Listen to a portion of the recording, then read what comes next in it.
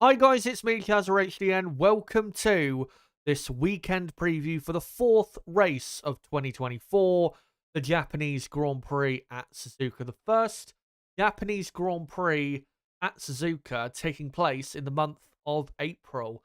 And I think the last time we had a race in Japan in the month of April, I think was 1994, which I think would have been the Pacific Grand Prix in Aida, I think it was called. So yeah, very, very long time since we've had this type of situation.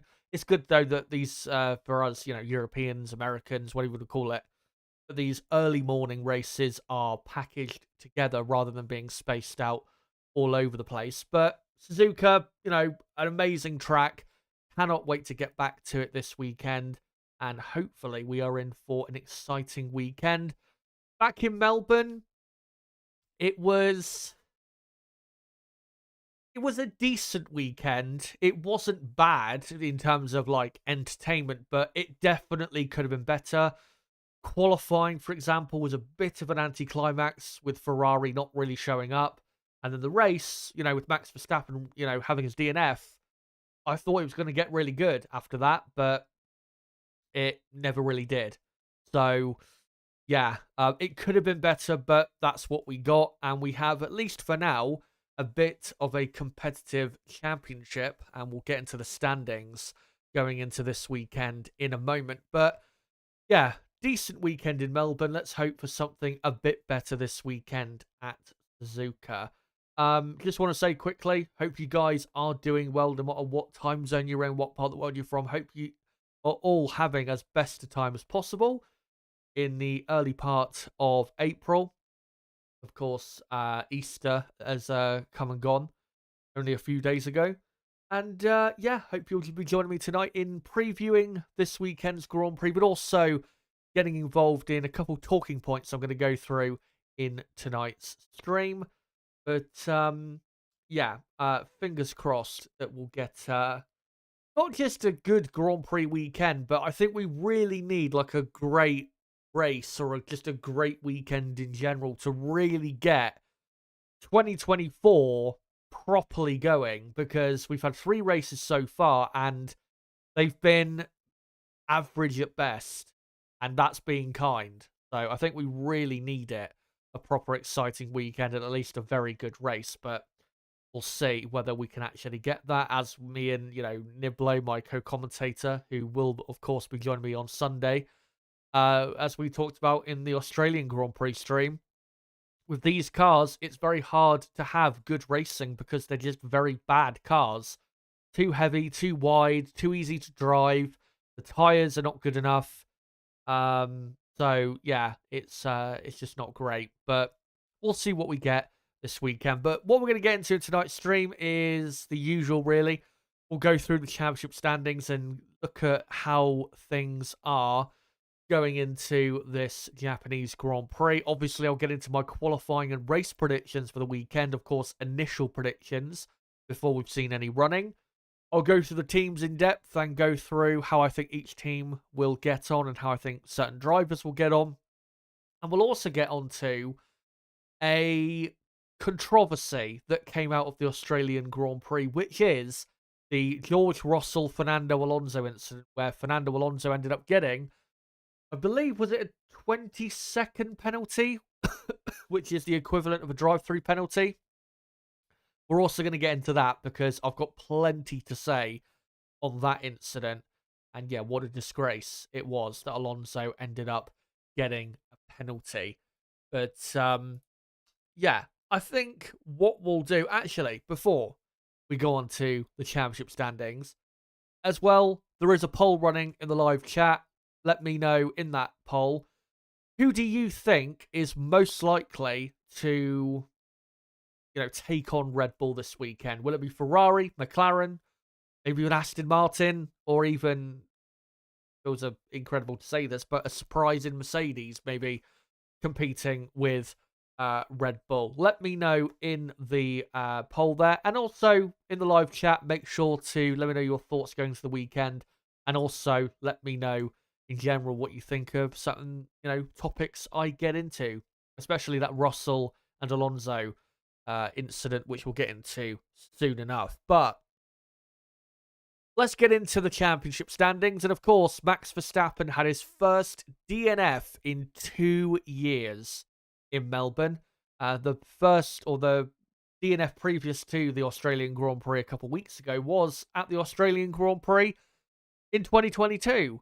And I think it was actually exactly 2 years ago today, that 2022 Australian Grand Prix. And it has made things quite close in the Drivers' Championship. Max Verstappen only 4 points clear of Charles Leclerc. Sergio Perez third, only a point behind Leclerc. And then Carlos Sainz in fourth, only raced twice this season out of 3 races. And is in fourth in the championship. Brilliant season so far. And if Carlos had raced in Saudi Arabia, Carlos Sainz very well could be leading the championship right now if he had, raced in Saudi Arabia and finished in the top 4. It would be, it would have been amazing to see that if, that was allowed to happen. But of course, his appendix made it not possible. And then in 5th and 6th, you've got the 2 McLarens, Oscar Piastri 5th, Lando Norris in P6, with George Russell in 7th, of course, DNF'd in Melbourne. Fernando Alonso 8th.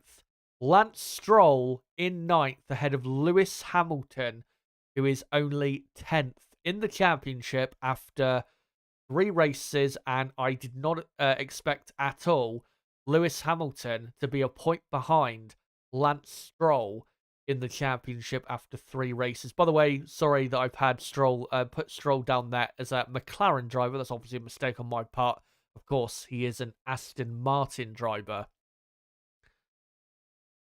And then on the constructors' side, Red Bull only 4 points clear of Ferrari now, with McLaren comfortably in 3rd, Mercedes in 4th, and very lucky to be in 4th because with Alonso and the original result he had, Aston Martin did actually go above Mercedes in the championship. So yeah, Mercedes very lucky to get away with that. The Mercedes in 4th, a point clear of Aston Martin in 5th. Racing Bulls are 6th on 6 points. Haas is 7th on 4 points. Great Grand Prix for them in Melbourne. Williams 8th, obviously on 0 points. Sauber 9th on 0 points. And Alpine still at the back.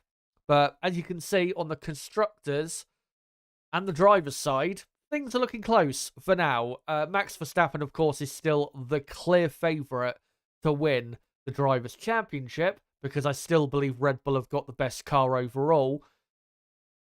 But going forward, of course, things can change. Ferrari might get even better. Ferrari might even get on similar pace to Red Bull. You don't know. These things could happen. Ferrari, as we saw, to an extent in Bahrain and Saudi Arabia, at least in qualifying, they weren't that far away from Red Bull. As we saw in Melbourne, they were competing with Red Bull, at least in qualifying. When it comes to the race, I mean, who knows whether Verstappen would have been able to beat the 2 Ferraris. Maybe he would, maybe he wouldn't. Again, it's very difficult to know. But again, if Ferrari can, with a big upgrade, which, by the sounds of it, they do have one coming to the Ferrari team at Imola in, 6 weeks, 7 weeks from now, maybe they'll be able to close that gap. But, of course, Red Bull have plans of their own and upgrades of their own.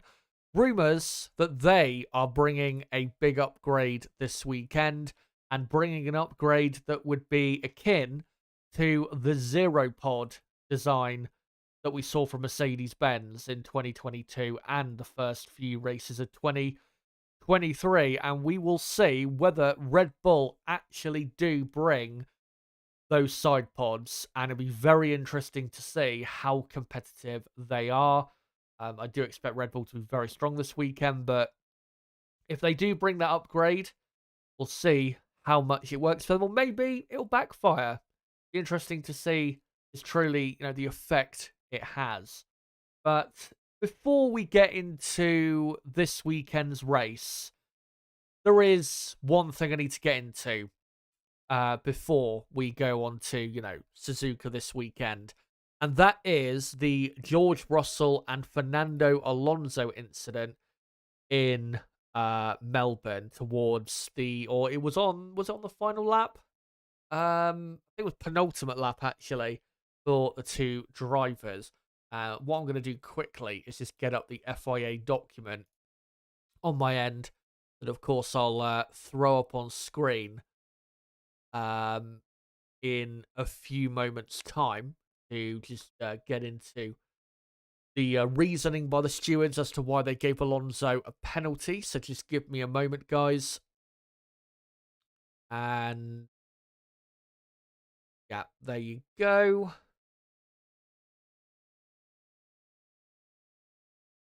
Right, I've got it up on my end. So we'll go through that in a moment. But let's go through the incident first.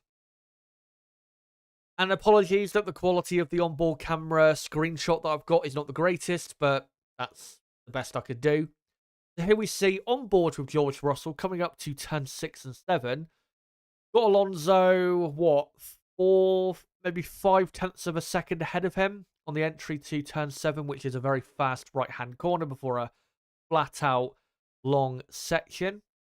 And Russell starting now to gain on Alonso in this run up to turn 7, because Fernando is lifting, as you can see, the amount he's closed there in terms of distance. He just, if I go back the previous frame and go back just a slight bit on, you can see just how much he gains on Fernando going up to turn 7. And that is because Fernando Alonso deliberately braked, not to brake test Russell, but to,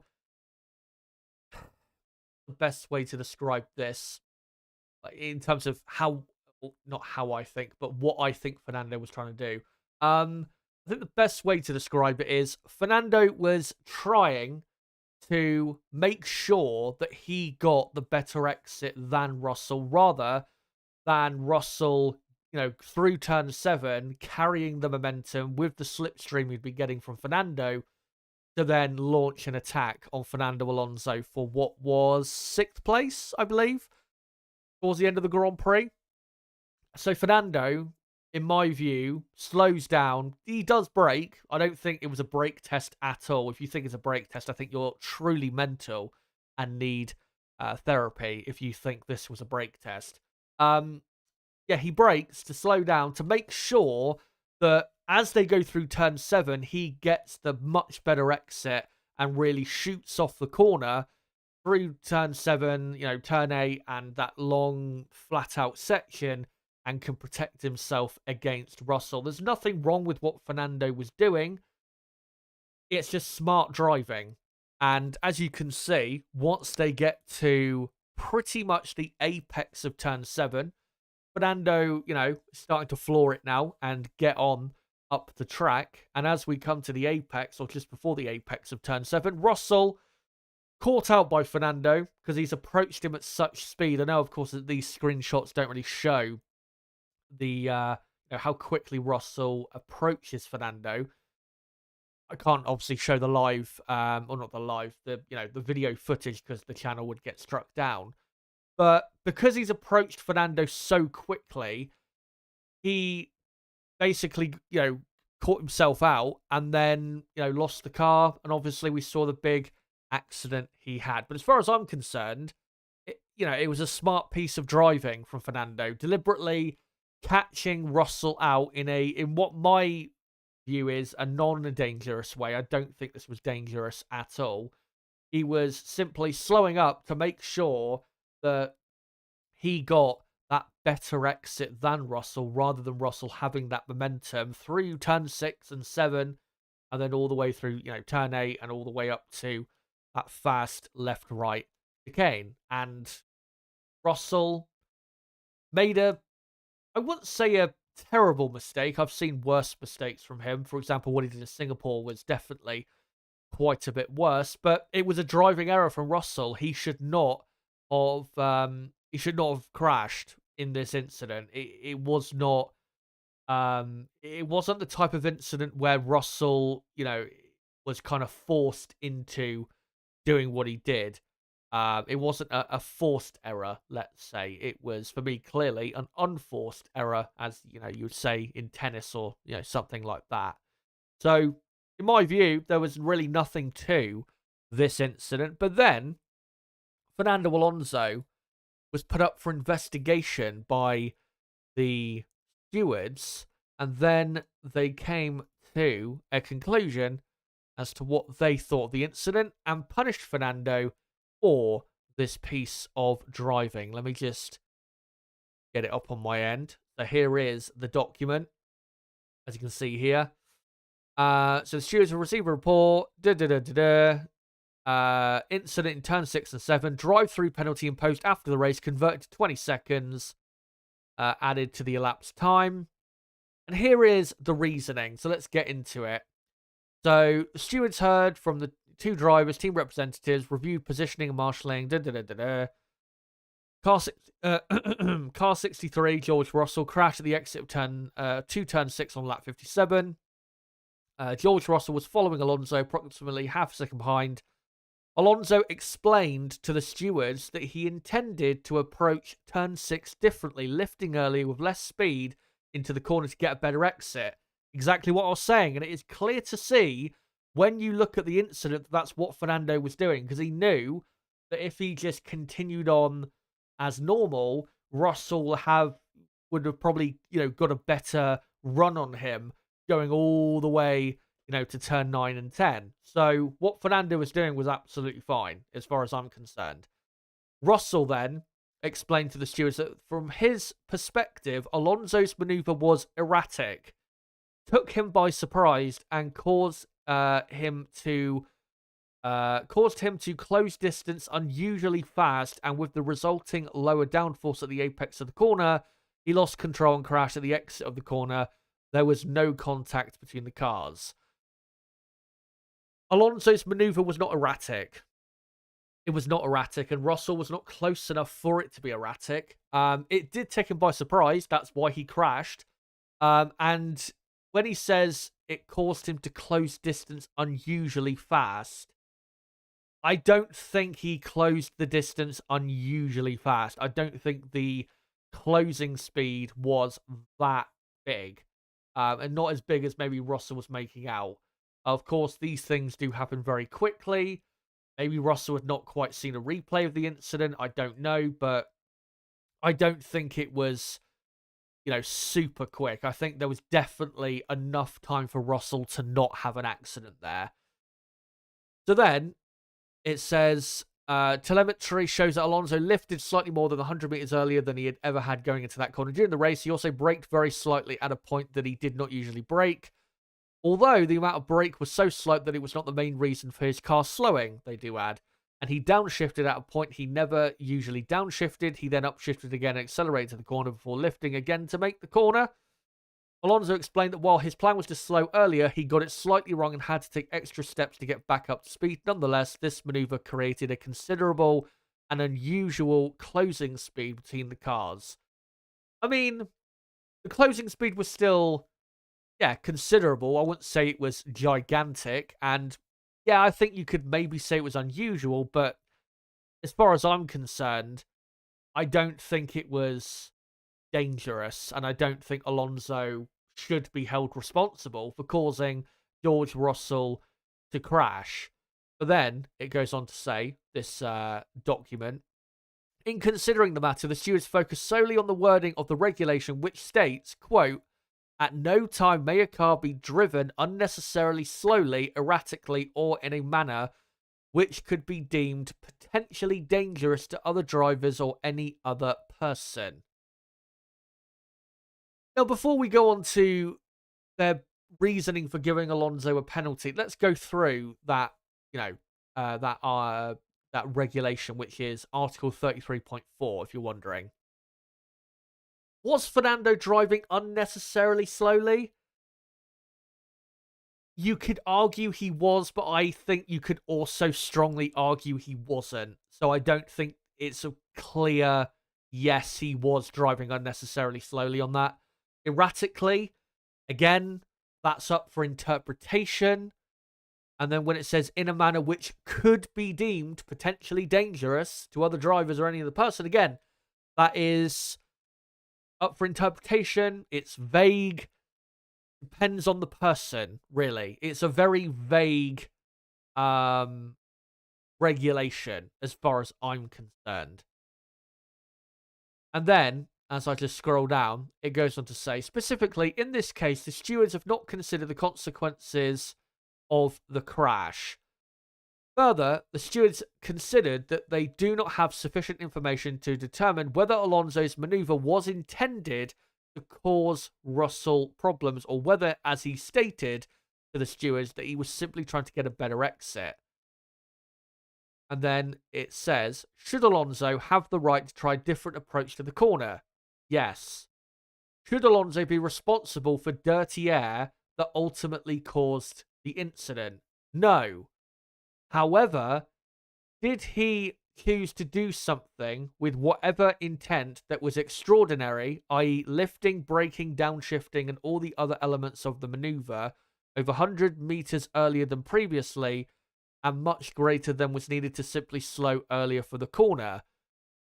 Yes, by his own account of the incident, he did, and in the opinion of the stewards, by doing these things, he drove in a manner that was at the very least potentially dangerous given the very high-speed nature of that point of the track. This is complete bullshit as far as I'm concerned. They say earlier on in this part of the, I don't know if you call it statement, but yeah, probably document is the best thing to call it. It does say that the stewards considered they don't have sufficient information to determine, what the intent was of Fernando's maneuver and whether, it was intended, for example, to cause Russell, any problems or cause Russell to crash. And they don't have sufficient information. They also said, or whether, as he stated to the stewards, that he's simply trying to get a better exit. So, in terms of intent, they can't prove anything in regards to what Fernando exactly, via looking at the footage, was trying to do. They go on to say, should Fernando have the right to try a different approach to the corner? Yes, that is correct. He does have the right to try a different approach. Should Alonso be responsible for dirty air that ultimately caused the incident? Rightfully, they say no. But then, when they go on to say, however, did he choose to do something with whatever intent that was extraordinary? That is where it starts to fall apart, their reasoning. Because is what Fernando did enough to be considered extraordinary? What he did was actually not that. I mean, it was smart, but it wasn't exactly a 4D chess move. It's not something that we've never seen before. I'm not sure if I would call it extraordinary. It wasn't quite, I don't know, it just wasn't for me enough to be quite that level. Let me know in the chat whether you think it was extraordinary, but I don't think it was. I.e. lifting, braking, downshifting, all the other elements of the maneuver over 100 meters earlier than previously are much greater than was needed to simply slow for the corner. Yes, by his own account of the incident, he did. I mean, did Fernando admit that he did something extraordinary? I mean, he admitted that he lifted and slightly braked, 100 meters earlier for the corner, but I'm not sure Fernando, by his own account, would say it was an extraordinary change of driving, let's say, compared to what he was doing previously. So I'm not sure that's necessarily true. And, then it goes on with the opinion of the stewards. By doing these things, he drove in a manner that was at least, or very least, potentially dangerous, given the high-speed nature of that point of the track. Potentially dangerous, as I said a couple minutes ago, is very vague. Very, very vague. There are so many different incidents that you could argue, that, let's say, have never been penalized, that have happened in F1 races in the past. There's so many pieces of driving that you could say is potentially dangerous. For example, let's say, I don't know what track you want to use as an example, but let's say one car's behind another, DRS open, the car ahead is in the middle of the track, the car trying to overtake kind of does a dummy, moves to the inside, and the car that's trying to overtake is like on the very edge of either hitting the wall or the grass or whatever you want to call it. And maybe you could argue that the car defending, as they've maybe slightly moved over, they've made a move that is potentially dangerous. You see what I mean? That, slight things like that, which I think are just about okay, you could argue are potentially dangerous. It's just very, again, it's very vague, and I don't think it is, using that regulation, I just don't think it is a good enough reason to penalise Fernando Alonso. And in my view, the reason they penalised Fernando was because simply they just didn't like what he did. And honestly, I think they just found a way to penalise him, and used, say, the closest regulation they could to what they felt was wrong about it to punish him. So yeah, I think this is complete bullshit. I don't think Fernando, what he did was potentially dangerous. I just don't think it was. Yes, he slowed up going into the entry of the corner, but George Russell was not close enough and did not close at quick enough speed. If we go back to the screenshot, this is what? Just as they're coming through, turn 6.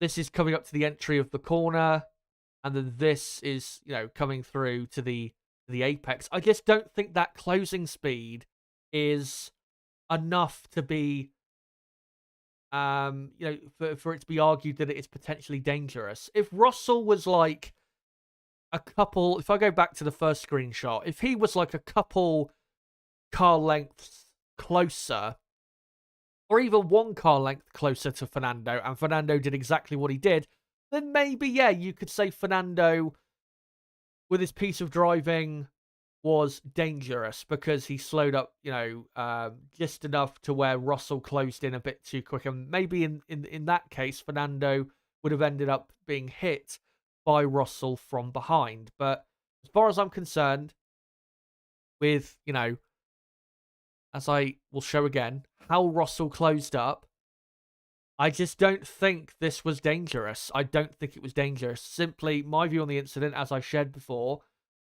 Fernando, as he said in the to the stewards, he slowed down a bit to get a better exit. He did, and Russell was simply caught out by it and had his own accident.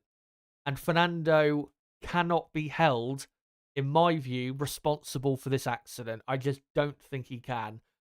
I mean, the steward said, Fernando should not be held responsible for the dirty air caused by, what he did, basically. And that Fernando also has the right to, change his approach, let's say, going into the corner. So, if you agree with that Fernando has the right to do that and can't be held responsible for the dirty air, then what really has Fernando properly done wrong here? It baffles me. It really baffles me. And a lot of people have, have come out and, have come out against this penalty.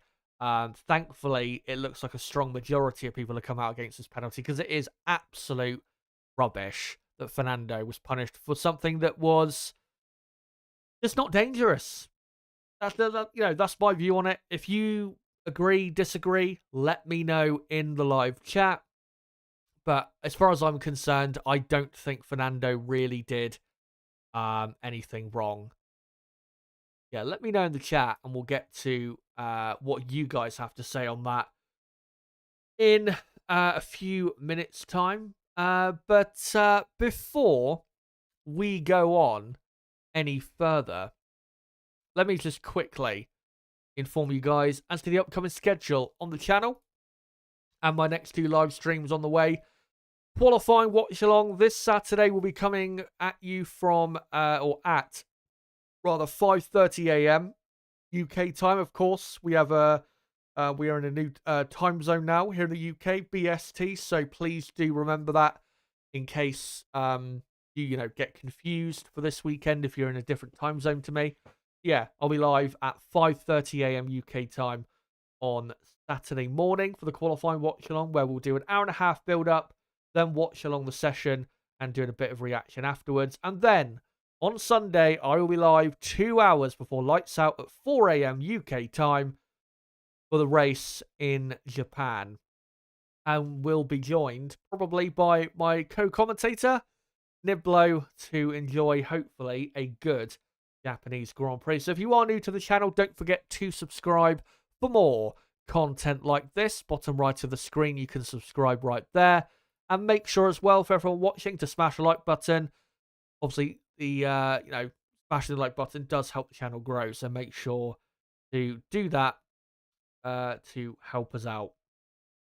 But yeah, I think what I'll do now is go through the teams and get into how I think the teams, performance-wise, will do this weekend in Japan. Then I'll get into my predictions for the weekend, and then I'll come to you guys in the chat. So make sure to keep your comments coming, because I will be coming to you guys pretty soon.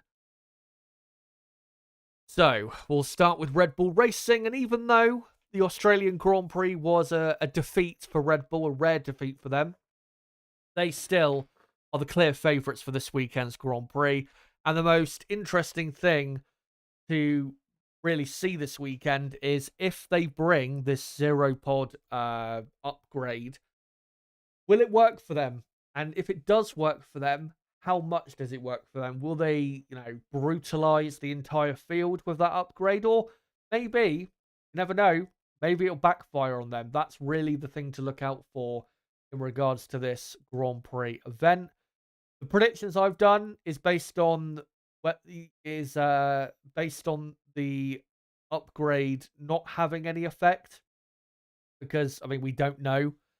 Obviously, if they are bringing that upgrade for sure, and we also don't know any data to suggest that they are, quite a bit quicker because of it. So we'll have to see once we get into practice and all of that. But even without that upgrade, I think they should still have the best car for this Grand Prix. Through the high-speed corners, their car is still very, very good, and I think is still just about the best in the high-speed corners. The McLaren also is very good in those high-speed corners, but I think the Red Bull is still the absolute best. And in the first sector, of course, high-speed corners everywhere, and we saw last year them and McLaren were so strong through them. So Red Bull, I think, will have, the best car. Also, of course, very good top speed Red Bull, which is very important here at Suzuka, as you can see in the second half of the lap. So Max Verstappen, I think, is a clear favourite this weekend for pole position and the race win.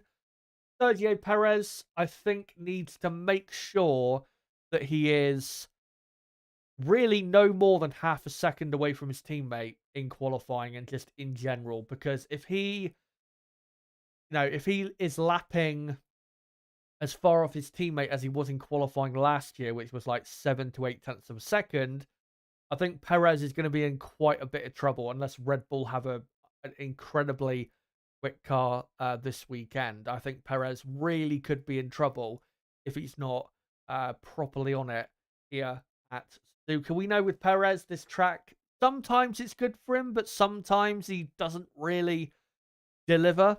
So we'll see what kind of Sergio Perez we get here. But Max Verstappen and Red Bull are still the favourites. Even though what happened in Melbourne happened, I still am backing Verstappen and Red Bull to get the job done. But Ferrari, of course, had a 1-2 finish in Melbourne. Their first 1-2 finish in Australia since 2004. And as I said in the race watch along towards the end of that race, we all know what happened that season. And funnily enough, the last time Ferrari won the Japanese Grand Prix was 2004 with Michael Schumacher.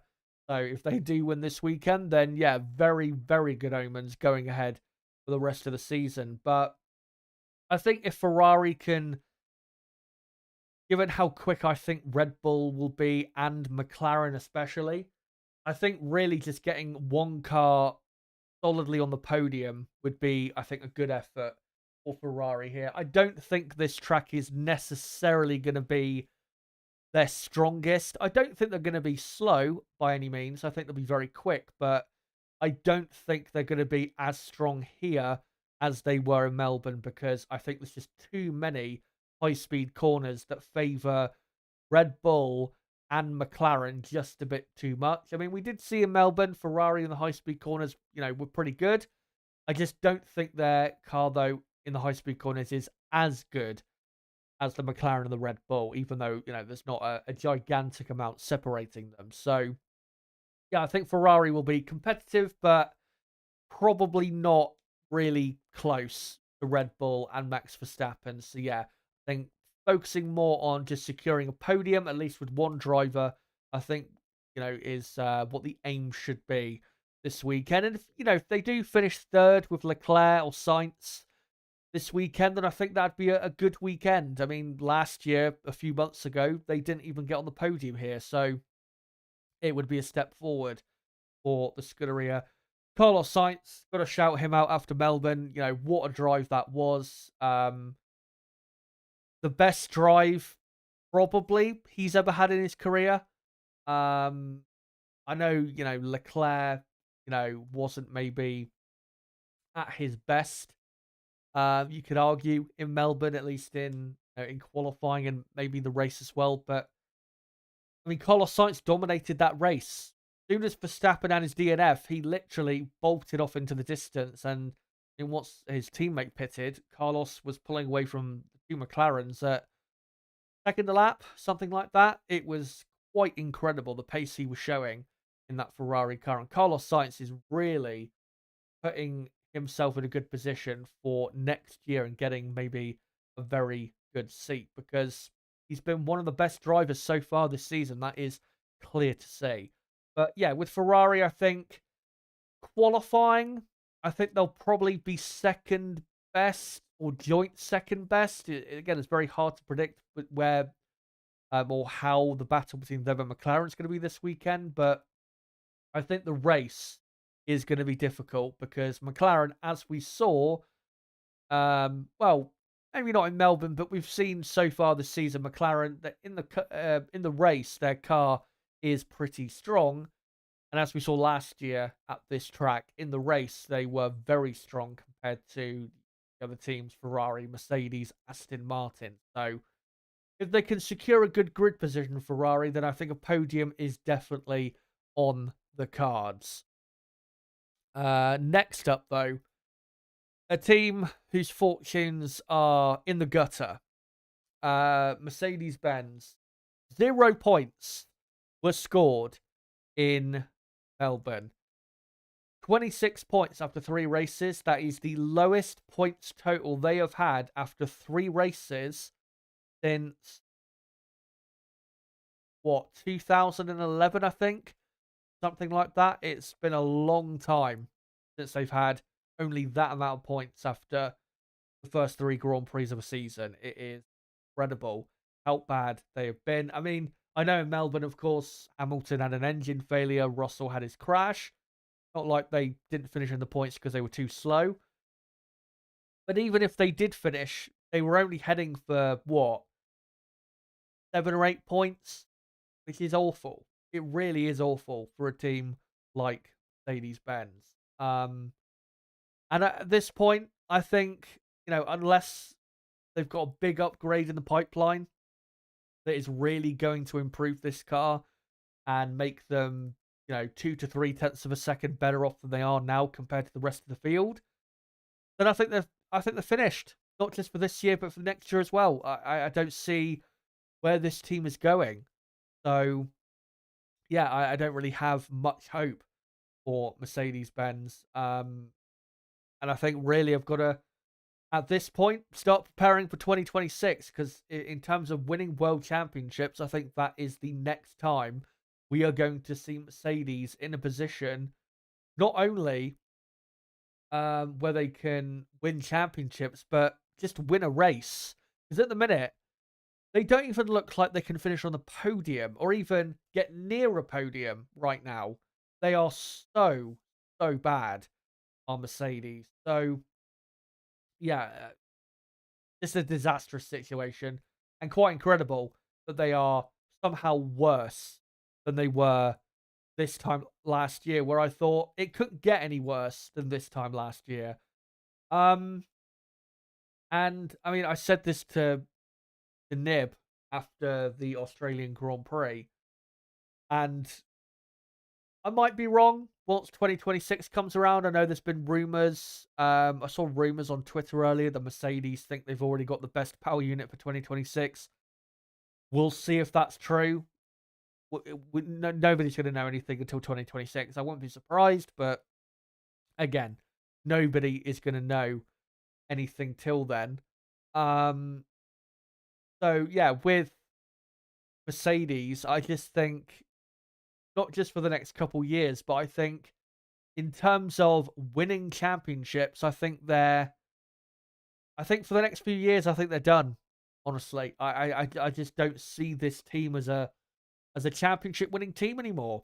They're not performing as a team that, if only they could have a bit more downforce, or if only they had a bit more horsepower, they would be right at the top. They're not performing like that. With Ferrari, for example, Ferrari are not that far away from Red Bull. We're talking, 3, maybe 4 tenths of a second at most, which I know sounds a lot. But one big upgrade and you're there, right on pace with Red Bull. Mercedes are, I mean, you could argue a second a lap, maybe even more off the pace. They're nowhere near. I mean, we saw in the race in Melbourne, Mercedes were 1 second per lap slower than Carlos Sainz in the Ferrari. Not Max in the Red Bull, Carlos Sainz in the Ferrari. So, yeah, I think, I mean, even in 2026, even if they've got the best power unit, that doesn't mean they're going to have the best car, because what if, once again, they fuck the aero up? Then they might still not be able to win championships. I mean, I think in 2026 they will return to being a team that could win races. I think that will definitely happen. I'd be incredibly surprised if they're this bad in 2 or 3 years from now. If they are, then may as well just pull out of F1 at that point, Mercedes-Benz. But I think they'll get back to winning races in 2026. But I just don't see this team as the team that they were before. The aero technical side of the team is not performing anywhere near the level that it was before. Obviously, these issues with correlation they're having from the wind tunnel, the simulation data they've got back at home isn't translating onto the circuit. They've had these issues for years now, and it doesn't feel like these issues are, for now, in the short term, going to get any better. And they've got to improve, you'd think, before 2026, because if they don't, then the situation is not going to improve, that much going forward. But yeah, as far as I'm concerned, and again, I am willing to be proven wrong on this when 2026 comes around, but I don't think Mercedes are a championship winning team anymore. I think they will get back to that level eventually, but I think for the next few years, I think they're, as a championship winning team, I think they're done. I think maybe this time in 8, 9 years, maybe you could say then, once they've had their downward spiral, maybe they'll, come right back up to the top by then. But I just think this current iteration of Mercedes, needs to be overhauled. And quite possibly, Toto Wolff, you may disagree, but I think there's definitely an argument that Toto Wolff should be, his position should be looked at, because Mercedes have got worse and worse year on year since 2020 in terms of not just the performance of the car, but just the performance of the team, in terms of the personnel that, they've got there. They just haven't been producing the results they should be.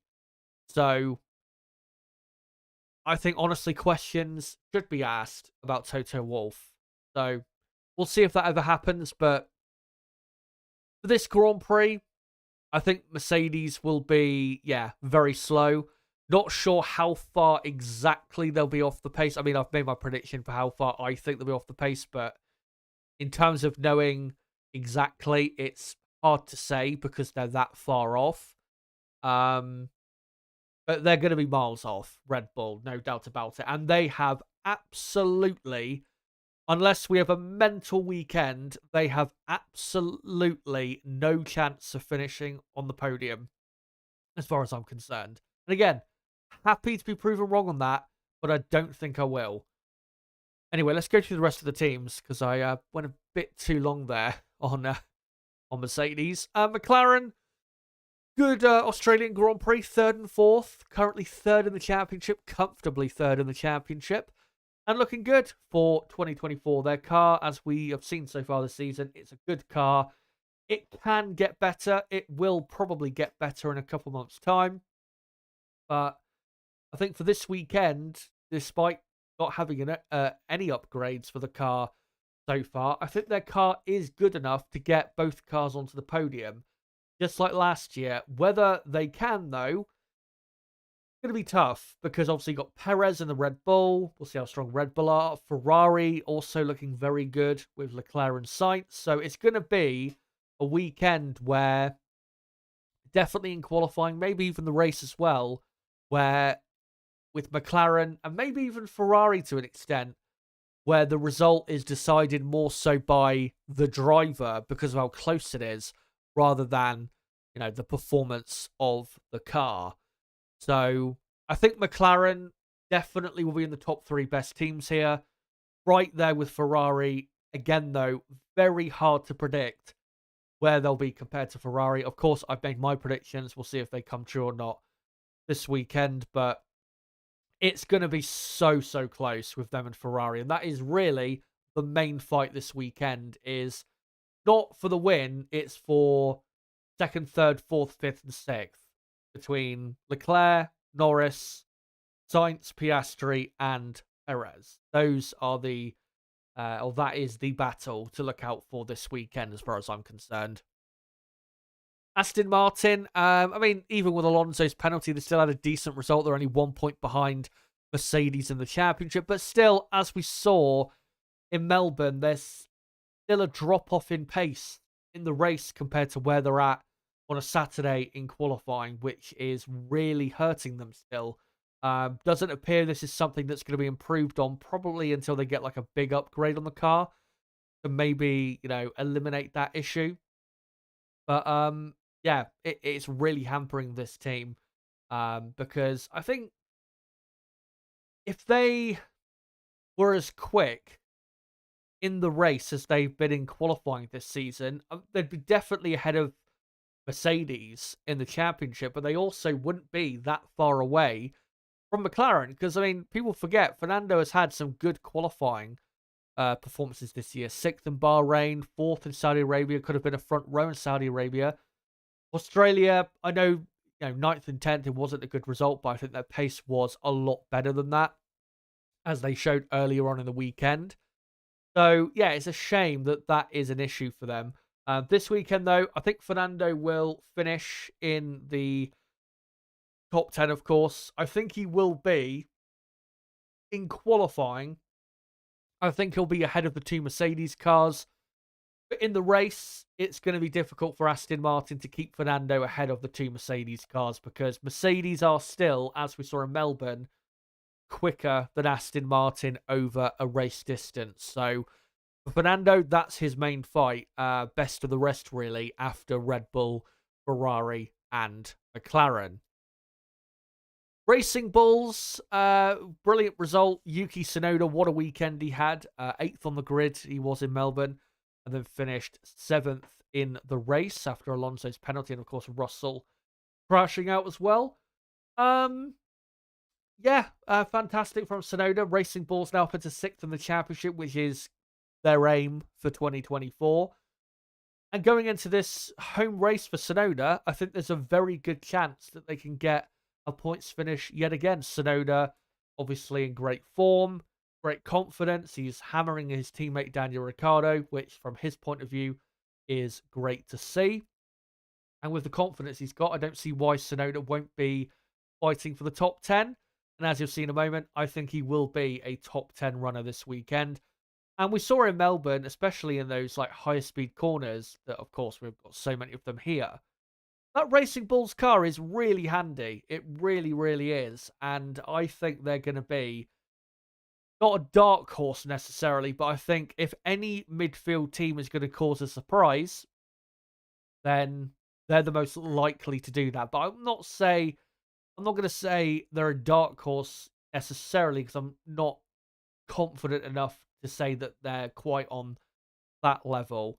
But yeah, Yuki Tsunoda, I think, will be a top 10 runner. For Daniel Ricciardo, I'm just hoping that he is right there with Tsunoda to a degree. If he gets hammered by Tsunoda again, then you can't really argue against the people that are hammering him for his performance. Alpine, they still, as we were talking about in the last Grand Prix, they need upgrades on this car. And they're still not at a level where they can fight for anything, really. So, yeah, Alpine, I think this weekend will be slow and probably the slowest team, just about. Williams,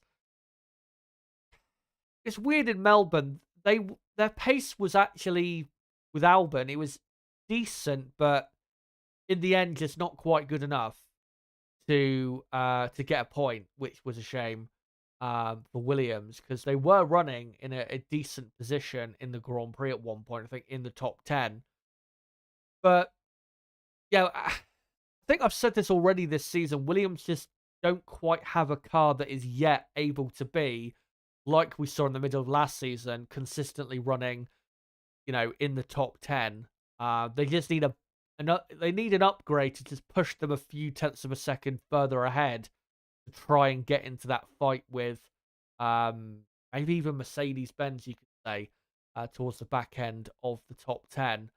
Hopefully, there's a big upgrade coming soon. We know Williams love a big upgrade. They've had two massive ones in the last couple of years that have, transformed their seasons. Let's hope that's coming soon. But Alex Albon, normally been pretty quick here, so I think he'll be a decent runner just outside of the top 10. But yeah, Williams, I don't think will be able to score points this weekend. Their car just still not quite strong enough. Same goes for Sauber. Their car is pretty poor. There's nothing really good about the Sauber car. It's just a pile of wank, really. And then finally with Haas, they were very weird in Melbourne. Very slow in quali, but then in the race, for some reason, were very, very quick. Haas said they were confident for the race, but I don't think they expected quite that level of performance and improvement from what they had in qualifying. Nico Hulkenberg ended up finishing 9th, and he started, 16th, 17th? Yeah, very impressive performance. Can they replicate that this weekend? I'm not sure they can. I think the first sector and really the first half of the lap, I just don't think suits their car well enough to really be on, say, Racing Bulls level. But they should be decent runners. Again, like Williams, just outside of the top 10. Probably will get both cars into Q2 and have a decent weekend overall. And if there are a couple retirements, then I think definitely a point is there for the taking for the American team.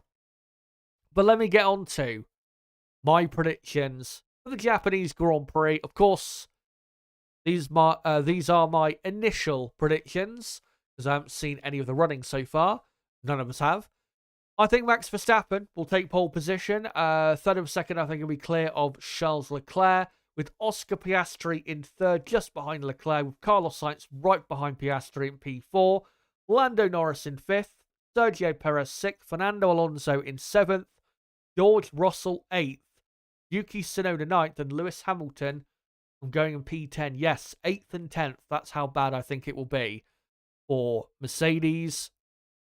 And for the race, Verstappen, I think, will win by about a pit stops gap, about 18 seconds. I think a pit stops gap is actually slightly bigger than that, but you get what I mean. It's around about that.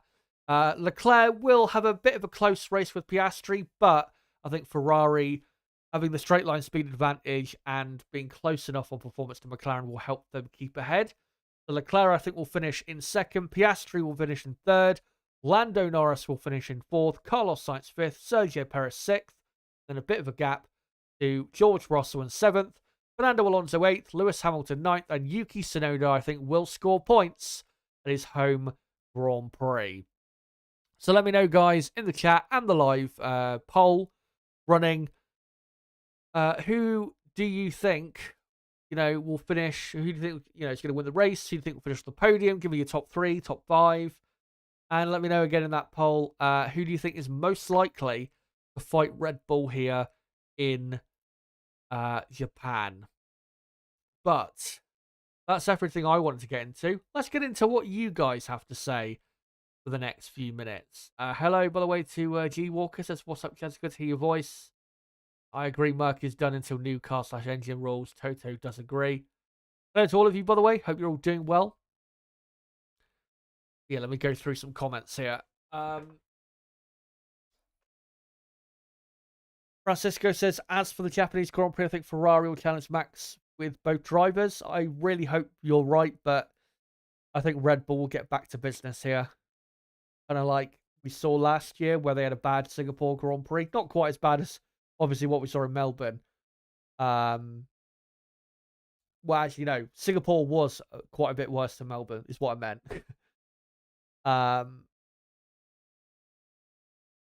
Nicholas, why aren't they racing in any other Japan Grand Prix track? Because there isn't any other track that is as good as Suzuka. Unless, you think there's another track out there that deserves to be on the calendar. Francisco says Alonso was penalised because Russell did not anticipate and react in the proper way. Russell crashed alone 100%.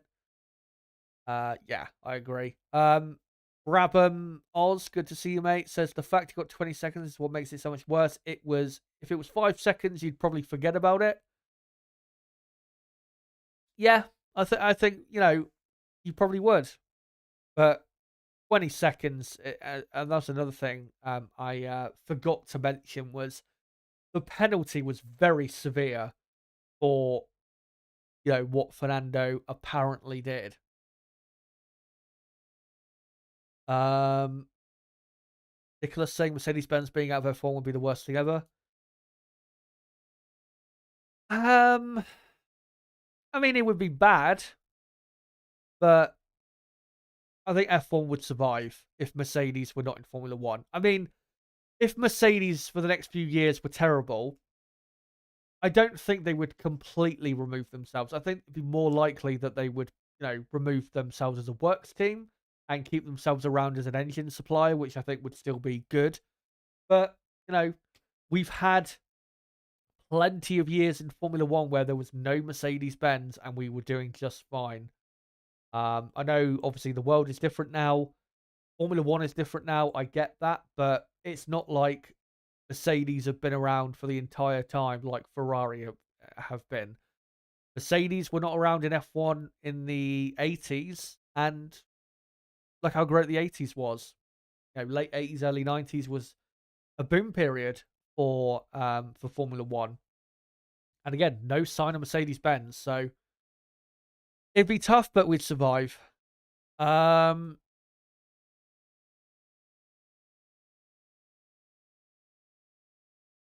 Some other comments here. Sirigar says Vettel to WEC, Sainz to Mercedes, Alonso to Red Bull. I did see, Vettel, he did a test drive, didn't he, of a Porsche hypercar. Good to see him out there, still, I don't know how to say it, getting laps in.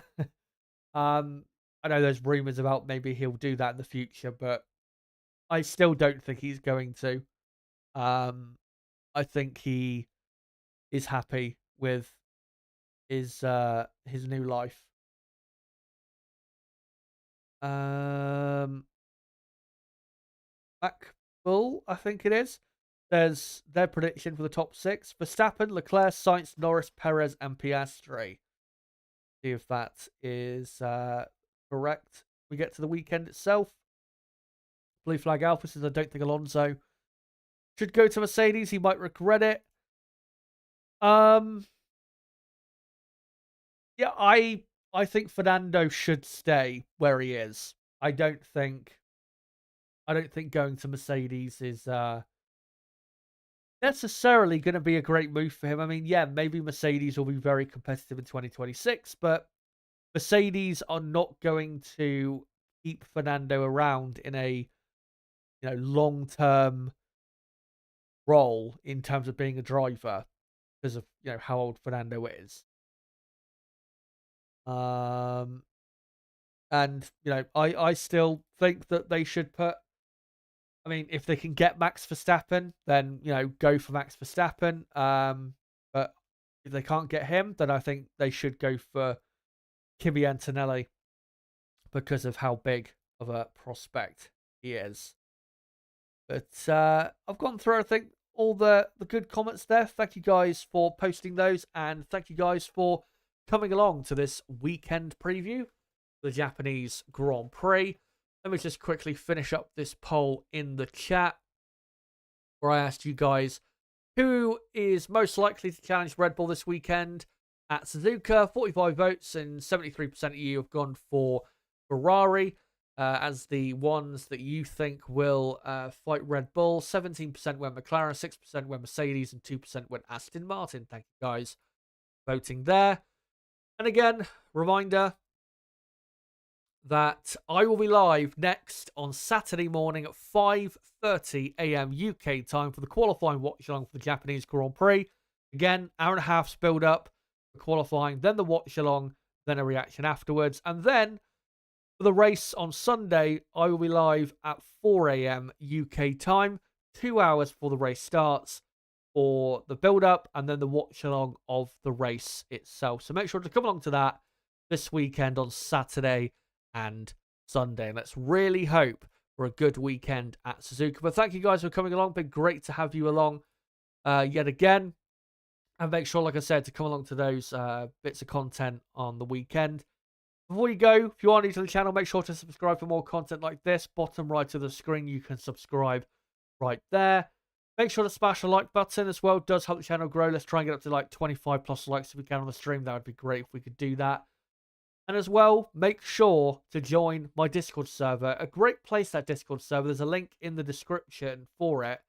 A great place, that server, for notifications, for when I go live, upload videos, and also I regularly post channel updates in that in that server as well. So if you want those, again, they are in the description down below. But until the qualifying watch along, guys, on Saturday morning, make sure to join me for that bright and early at 5:30 a.m. UK time. Until then, guys, it has been me, Kazza HD. Goodbye.